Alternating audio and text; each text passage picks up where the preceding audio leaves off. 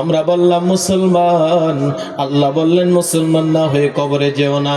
কারণটা শুনো, কারণ হইল রে মুসলমান লিখতে 6টা অক্ষরের প্রয়োজন। জোরে বলেন কয়টা? আমার দিকে তাকান। মিম, সিন, লাম, মিম, আলিফ, নুন। আলেম যারা আছে সব যেন মুসলমান না, মুসলমান। মিম, সিন, লাম, মিম, আলিফ, নুন। মুসলমান লিখতে 6টা অক্ষরের প্রয়োজন আছে। 6টা অক্ষরে 6টা গুণ আছে, 6টা অক্ষরে 6টা খাসিয়ত আছে, 6টা অক্ষরে 6টা চরিত্র আছে। ও পৃথিবীর মানুষেরে, 6 অক্ষরে 6টা গুণ, 6 অক্ষরে 6টা চরিত্র, 6 অক্ষরে 6টা খাসিয়ত যার ভিতরে থাকবে তার নাম হবে মুসলমান। সময় দেখে কম সময় আমি 6টা গুণ বলবো। 6 অক্ষরে মুসলমান সর্বপ্রথম মিম। মিম দুনি তাফসীর করেছেন মিম মানে মুহাম্মাদুর রাসূলুল্লাহ সাল্লাল্লাহু আলাইহি ওয়াসাল্লাম।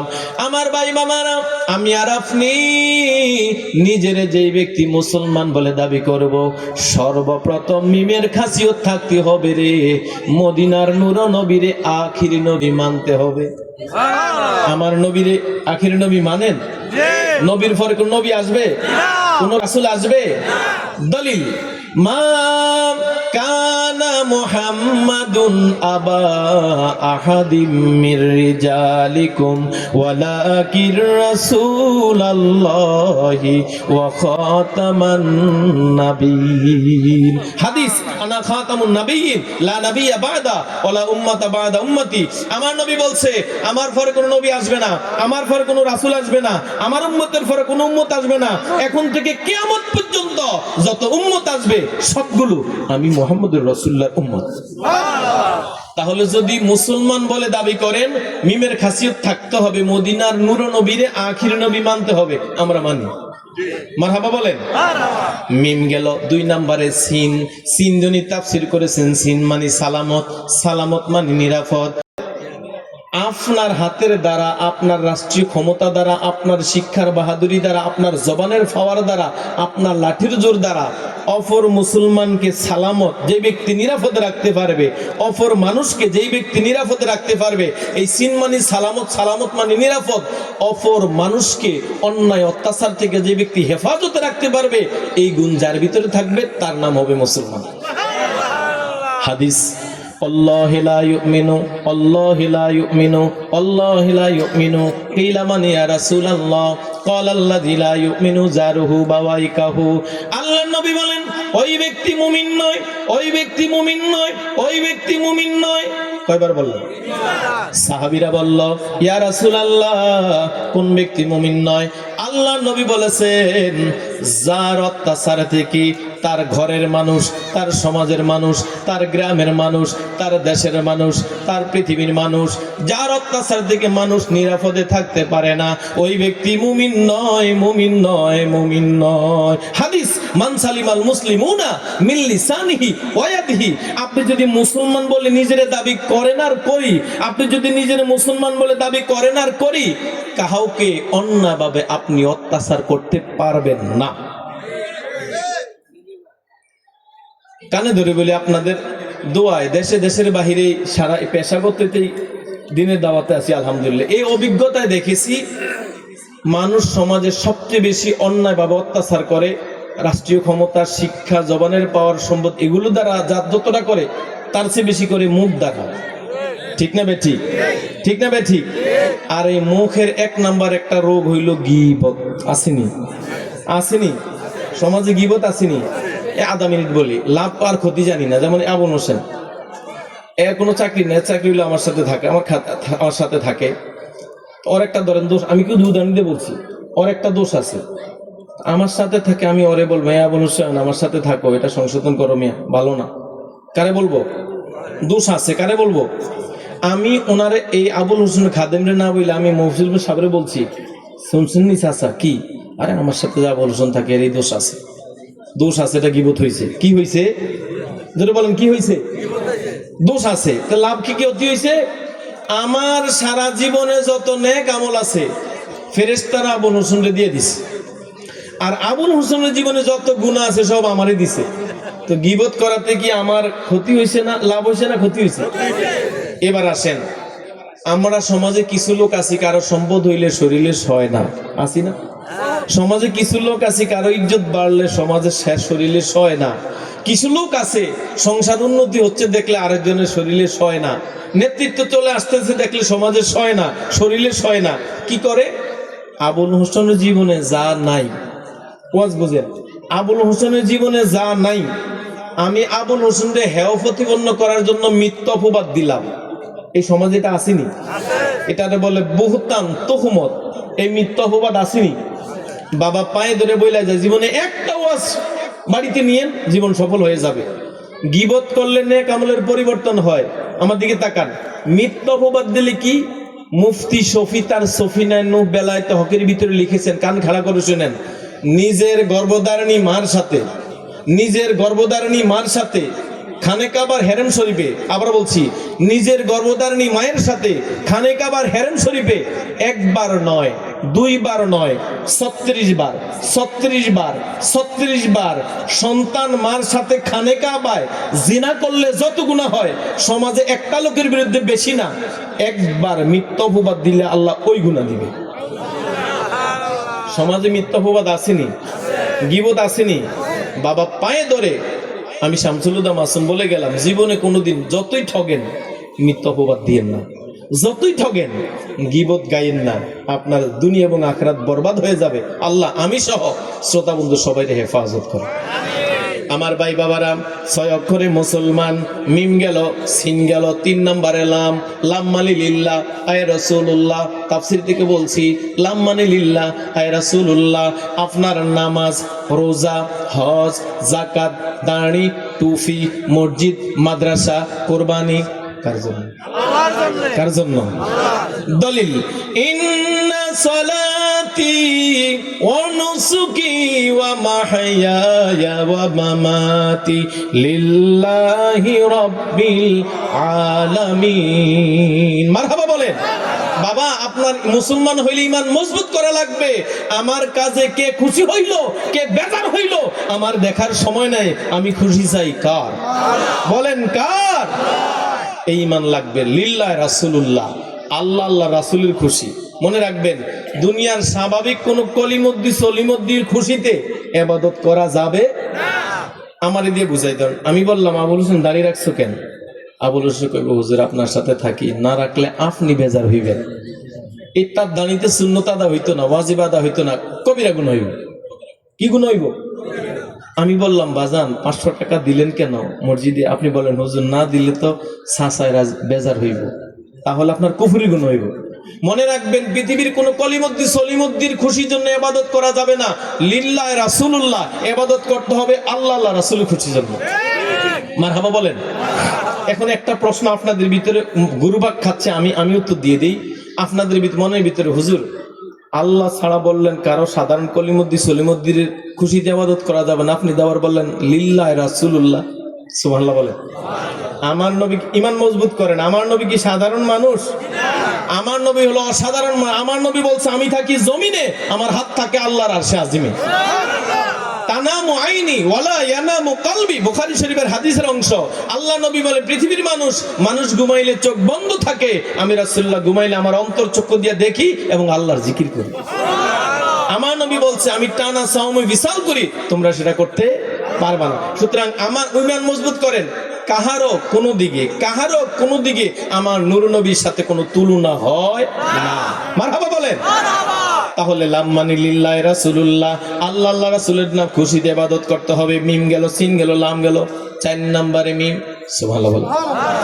আমার ভাই মামানা মা বোনেরা রে, 6 অক্ষরে মুসলমান, 4 নম্বরে মিম। মিম মানে মোহাব্বত, মোহাব্বত মানে ভালোবাসা। 4 নম্বরে মিম।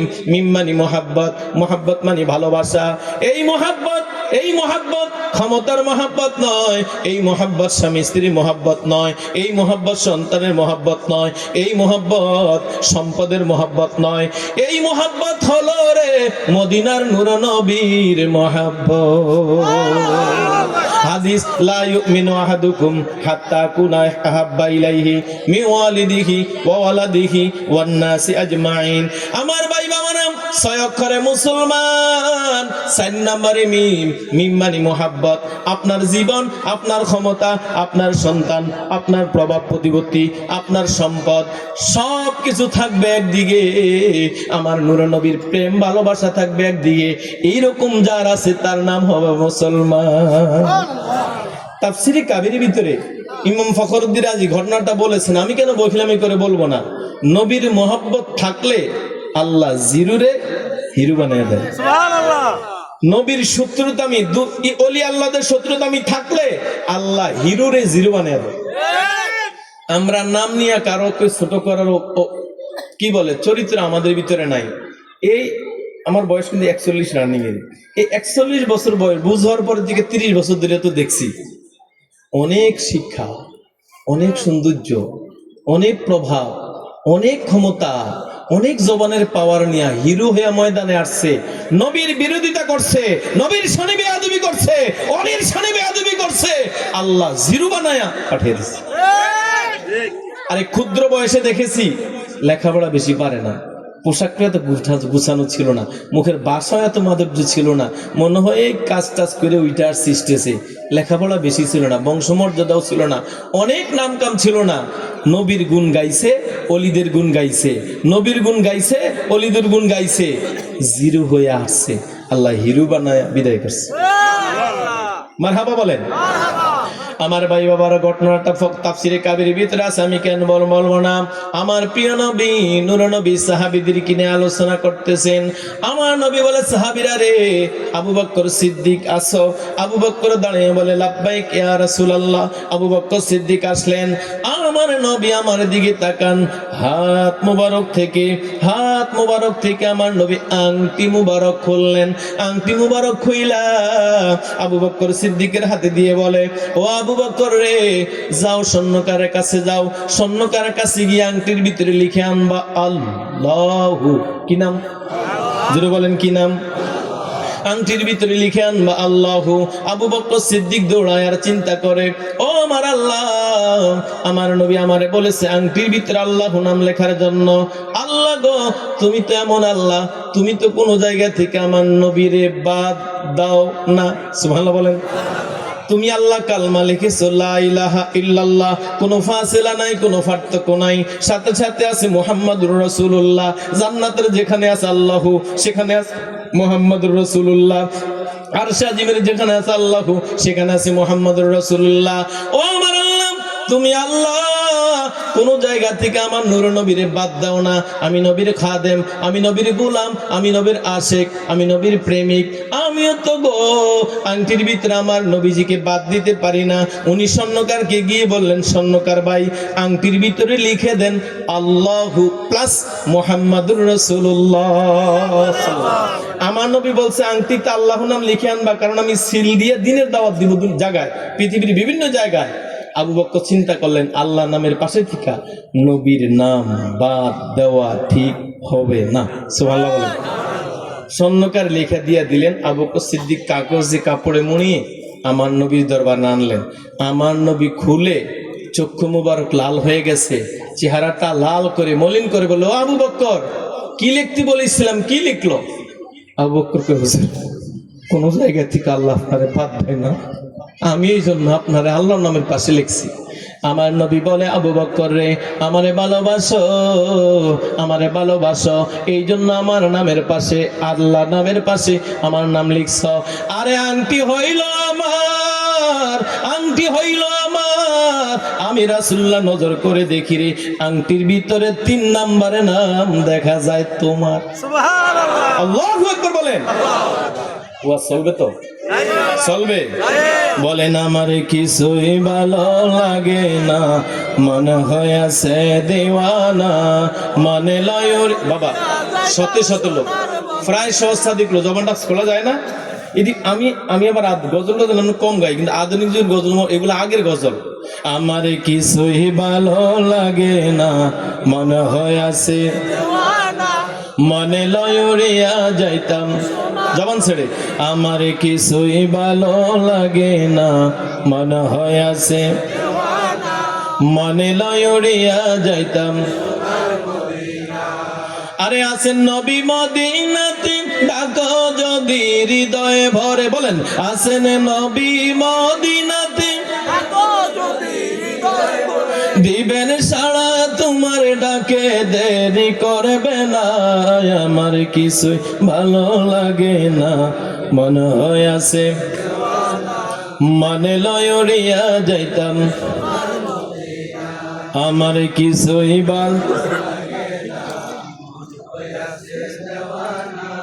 মানে লয়রিয়া যাইতাম।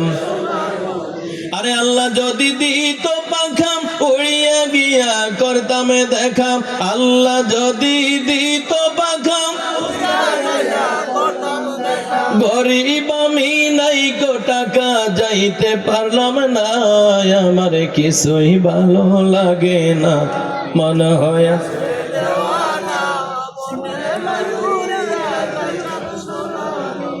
আরে মক্কা শরীফ হজ করিয়া মদিনাতে যাও চলিয়া, বলেন মক্কা শরীফ হজ করিয়া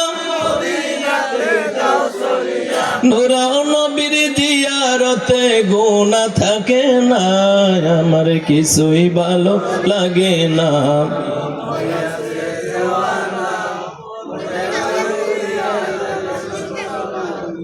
বলেন মারহাবা। আমার ওয়াজ ভুলে যাই না। আমার নবী বলে, আবু বকর বলছিলাম আংটির ভিতরে আল্লাহ নাম লেখার জন্য, আল্লাহ নামের পাশে থেকে আমারে বাদ দিতে চাও না, যার জন্য আমি নবীর নাম লেখছ। আরে আংটি হইল আমার 3 নম্বরের নাম, দেখি তোমার কারণ কি? আবু বকর সিদ্দিক হাত বাড়ায় বলে, ইয়া রাসূলুল্লাহ, ও প্রাণের নবী গো, বেয়াদবি মাফ করবেন, আমি তো স্বর্ণকারকে বলি নাই আল্লাহ নাম লেখার, আমার নাম লেখার জন্য। আমার নাম কেন লিখলো দেন, আমি সংশোধন করে আনি। আমার নবী বলে, না আবু বকর রে, জীবনে কোনোদিন স্বার্থপরতার প্রমাণ দাও নাই, আজকে কেন এত বড় স্বার্থপর হয়ে গেলা? আমি নবীর আংটি মুবারকে তোমার নাম লিখছ। সুবহানাল্লাহ। আমার নবী জানে কি জানে না? সবাই বলতে হবে, আমার নবী জানে কি জানে না? আমার নবী জানে রে, আমার নবী আমার আল্লাহর ডাকের অপেক্ষায় আছে। আবু বকর সিদ্দিক সাহাবীদের দিকে তাকিয়ে দেখে, সাহাবীরা বড় বড় চোখ দিয়ে তাকিয়ে আছে, যে আবু বকর জীবন যৌবন সম্পদ সব নবীর পায়ে কোরবানি দিয়া দিল, ওই আবু বকর নবীর আংটিতে তার নাম লিখছে, বড় বড় চোখ দিয়ে তাকায়। আবু বকর সিদ্দিক লজ্জা পেয়ে হেড অফিসে টেলিফোন করলো। আলেম ওলামা আমার ডানে বামে আছেন, এখানে মাদ্রাসার মাহফিল, আজকের প্রধান মেহমান ওসমান গনি জালি, প্রখ্যাত আলেম, তাফসীর থেকে বলছি, ওয়াকানা হাক্কানা আলাইনা নাসরুল মুমিনিন। আর ইমানদার বান্দা সঠিক পথে হক পথে থেকে যদি বিপদে পড়ে যায়, আল্লাহ বলে, আমি আল্লাহকে আল্লাহ বলে ডাক দিলে আমি আল্লাহ তার ডান পাশে সহযোগিতা হয়ে দাঁড়িয়ে যাই। এই গ্রামে আমার ছোট হওয়া, আমি গ্রামের অসুস্থতা রোগগুলো জানি, শহরে আছি শহরের রোগগুলো জানি। আমার ভাই বাবারা অনেকে দেখবেন, একটা হাদিস ফাঁকি দিয়ে বলি, রাসূল বলছে জান্নাতি মানুষগুলো একটু সহজ সরল হয়। আমাদের দেশেও দেখবেন যারা ভালো মানুষেরা একটু সহজ সরল, আর আমরা মনে করি ব্যাক কলার বোকা। না না, এরা জান্নাতি মানুষ। সুবহানাল্লাহ বলেন। আমি গ্রামেরটা, আমার গ্রামেরটা বলি, আপনাদেরটা না।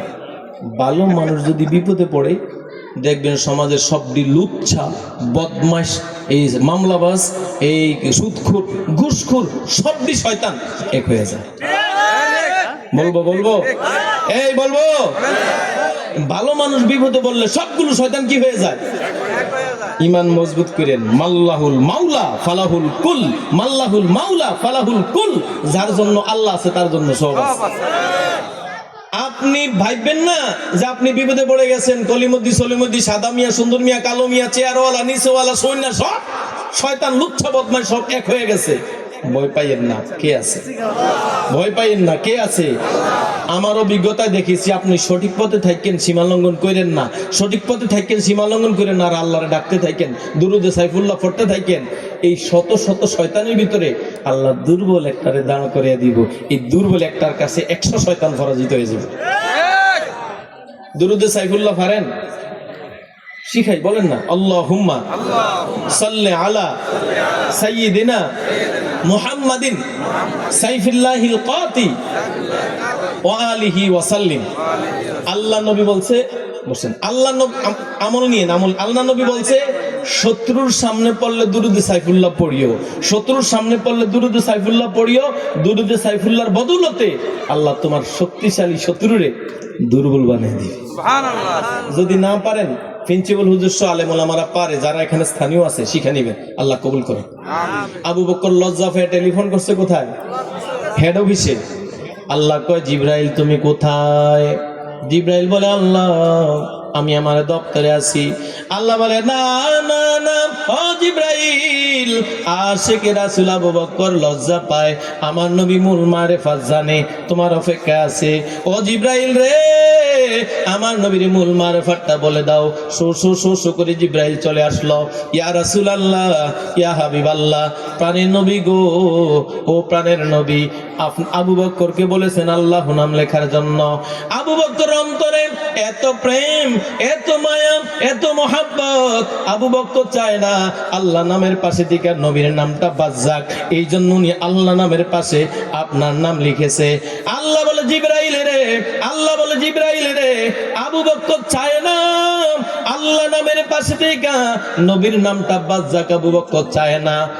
আমি আল্লাহ আবু বকরের প্রেমের মূল্য দিতে গিয়ে, আমি আল্লাহ আবু বকরের প্রেমের মূল্য দিতে গিয়ে সিদ্ধান্ত দিয়া দিলাম, আবু বকরের প্রেমের মূল্য স্বরূপ ও জিবরাইল আংটির ভিতরে আমার নির্দেশে তুমি জিবরাইল 3 নম্বরে আবু বকরের নামটা নিজ হাতে লিখিয়া দাও। আল্লাহু আকবার। ও প্রাণের নবী, আপনি আবু বকরকে ভুল বুঝবেন না। আবু বকরের প্রেমের মূল্য দিতে গিয়ে আমি আল্লাহর হুকুম আমি 3 নম্বরে আবু বকরের নাম লিখে দিয়েছি।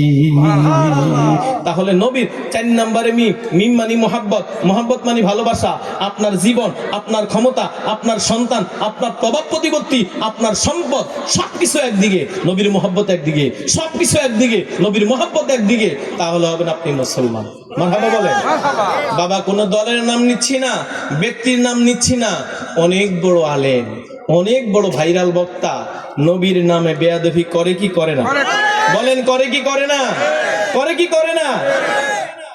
যত বড় বক্তা হোক, যত বড় মুফতি মুহাদ্দিস ডক্টর ডাক্তার হোক, যদি নবীর শানে যাররা পরিমাণ বেয়াদবি করে, আমাদের অন্তরে তার প্রতি যাররা পরিমাণ কোনো মহব্বত বা শ্রদ্ধা নাই।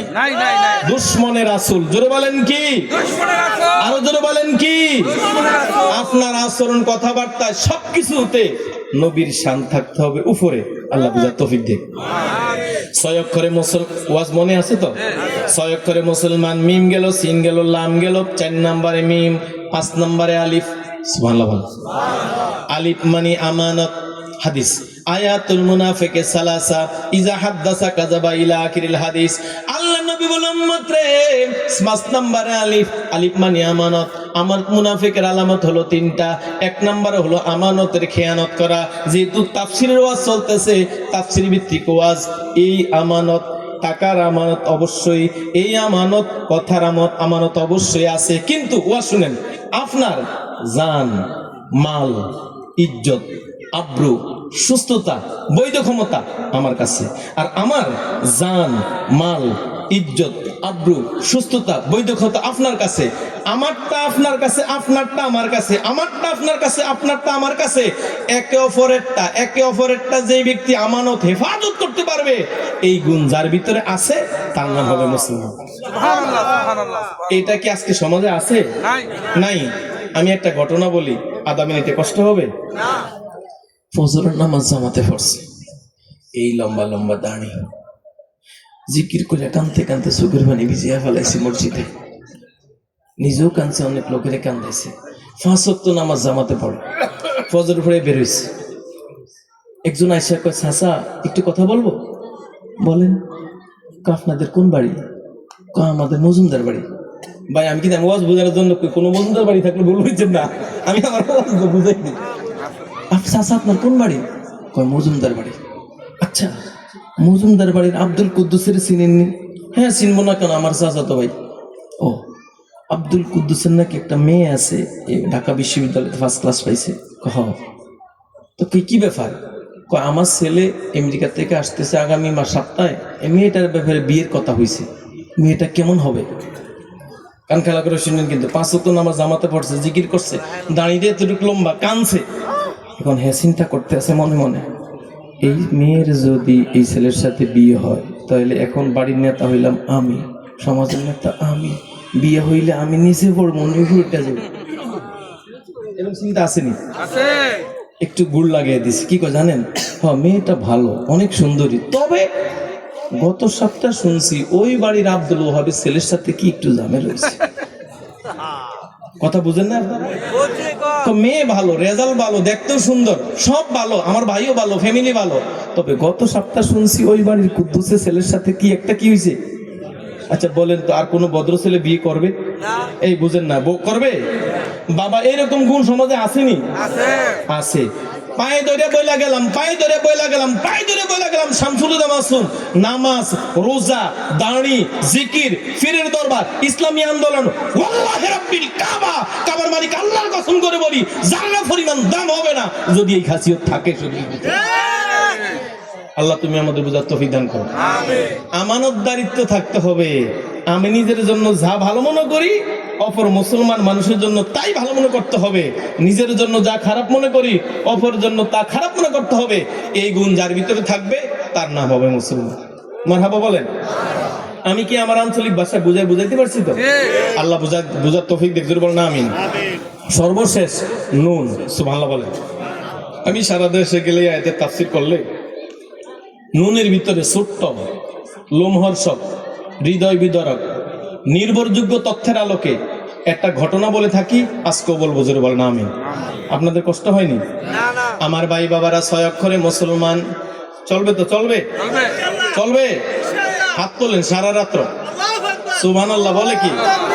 সারা রাত্র আল্লাহু আকবার, নারায়ে তাকবীর, নারায়ে রিসালাত। ভয় পাইয়েন না। যদি আমি হুজুরের কাছে পড়ি নাই, কিন্তু আমার সিনিয়র যারা তাদেরকে উনি পড়িয়েছেন, মুফতি ওসমান গনি সালেহ হুজুর, মারহাবা বলেন। আমার মতো হাজার হাজার আলেমের উস্তাদ হুজুর আছেন। তো হুজুর অবশ্যই আসার আগে আমার 2-3 মিনিট আগে জানাইলে, 5 মিনিট আগে জানাইলে আমি 1 মিনিট আগে ছেড়ে দিব। আল্লাহ কবুল করুন। হুজুর এখন আসেনি? ও আচ্ছা আচ্ছা, মারহাবা বলেন। আবার ভয় পাইন না, আমি কিন্তু নিয়মিত কথা বলি, কথা যে বলি বুক কিন্তু ব্যথা করে, তারপর আপনাদের মহব্বতে আছি। আল্লাহ কবুল করুক, জোরে বলেন আমিন। হুজুর আসলে আমি ছেড়ে দেবো ইনশা। নুনের ভিতরে ছোট্ট, লোমহর্ষক, হৃদয় বিদারক, নির্ভরযোগ্য তথ্যের আলোকে একটা ঘটনা বলি, আজকে বলবো, জোরে বলেন আমিন। শুনবেন তো? একটু জিকির আল্লাহ আল্লাহ আল্লাহ। বাবা জবান ছেড়ে আল্লাহ আল্লাহ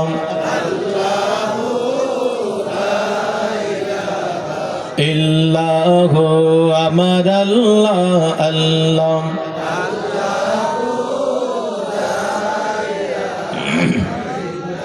মা আমিনা স্বপ্নে দেখেন গর্বে তাহার নূর, এলেন তিনি এ ধরাতে, এলেন তিনি এ ধরাতে, শরীয়তের মূল নবীজি আল্লাহ আল্লাহ।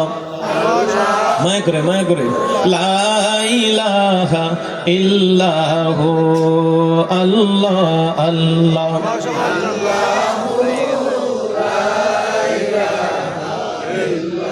জান্নাতের মালিক ফনি, কাউসার আফনার, দয়া করে ফিলাইও নবী, মায়া করে ফিলাইও নবী, হাউজে কাউসার নবীজি আল্লাহ আল্লাহ।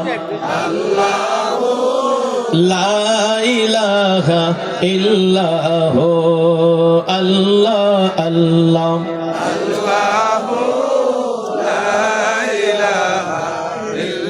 যাচাইবার চাওরে আশিকে মাবুদের দরবার, সাইবি জাগা পাইবি তাহা উসিলাই মুস্তফার নবীজি আল্লাহ আল্লাহ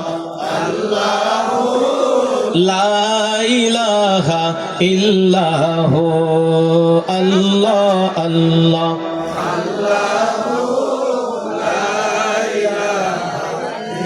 লা ইলাহা ইল্লাল্লাহু মুহাম্মাদুর রাসূলুল্লাহ সাল্লাল্লাহু আলাইহি। আমার ভাই বাবার ওয়াজ বাড়িতে নিতে হবে। সূরা আল ইমরান 102 নম্বর আয়াতে কারিমার তাফসীর চলছে। 6 অক্ষরে মুসলমান, 6 নম্বরে নুন, 6 নম্বরে নুন। নুন দুটি তাফসীর করেছেন নুন মানি নিয়ামত, নুন মানি নিয়ামত, নুন মানি নিয়ামত। আমার আল্লাহ আপনাকে আমাকে যত নিয়ামত দিয়েছে নিয়ামতের শুকর আদায় করবেন, আল্লাহ নিয়ামত বাড়িয়ে দিবে। শুকর আদায় না করবেন, আল্লাহ নিয়ামত ছিনিয়ে নিবে। ঘটনা শুরু। আল্লামা কামালউদ্দিন দারিমি রহমতুল্লাহ আলাই হায়াতুল হাইওয়ান নামে 3 খণ্ডে কিতাব লিখেছেন। দ্বিতীয় খণ্ডের প্রথম দিক উনি ঘটনা এনেছেন। নিয়ামতের শুকর আদায় করলে আল্লাহ নিয়ামত বাড়ায়, শুকর আদায় না করলে আল্লাহ নিয়ামত ছিনিয়ে নেয়। উনি বলেন স্বামী স্ত্রী 2 জন। জোরে বলেন কয়জন? আরো জোরে বলেন কয়জন? সূত্র মনে রাখতে হবে, মহিলা পয়সাওয়ালা না গরিব ঘরের সন্তান, স্বামী পয়সাওয়ালা প্লাস স্বামী পয়সাওয়ালা কিন্তু আল্লাহওয়ালা না, মহিলাটা পয়সাওয়ালা না কিন্তু আল্লাহ। সুবহানাল্লাহ বলেন। স্বামী স্ত্রী 2 জন প্রেমালাপ করতেছে, রাজকীয় খাবার খায়। আল্লাহর কুদরত, যেই রুমে ওনারা প্রেমালাপ করে রাজকীয় খাবার খায়, ওই রুমের দরজা একটা ফকির বেটা আসছে। মারহাবা বলেন। হুজুর আসছে?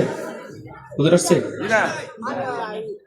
নারায়ে তাকবীর, আল্লাহু আকবার, নারায়ে রিসালাত, ইয়া রাসূলুল্লাহ। আলা হযরত মাওলানা মুফতি ওসমান গনি সালেহ সাহেবের আগমন, শুভেচ্ছা স্বাগতম। মুফতি সাহেব হুজুরের আগমন, শুভেচ্ছা স্বাগতম। এই এলাকার পক্ষ থেকে নারায়ে তাকবীর, আল্লাহু আকবার, নারায়ে রিসালাত, ইয়া রাসূলুল্লাহ। মফিজুল ইসলাম দাখিল মাদ্রাসার পক্ষ থেকে শুভেচ্ছা। মারহাবা বলেন। মারহাবা।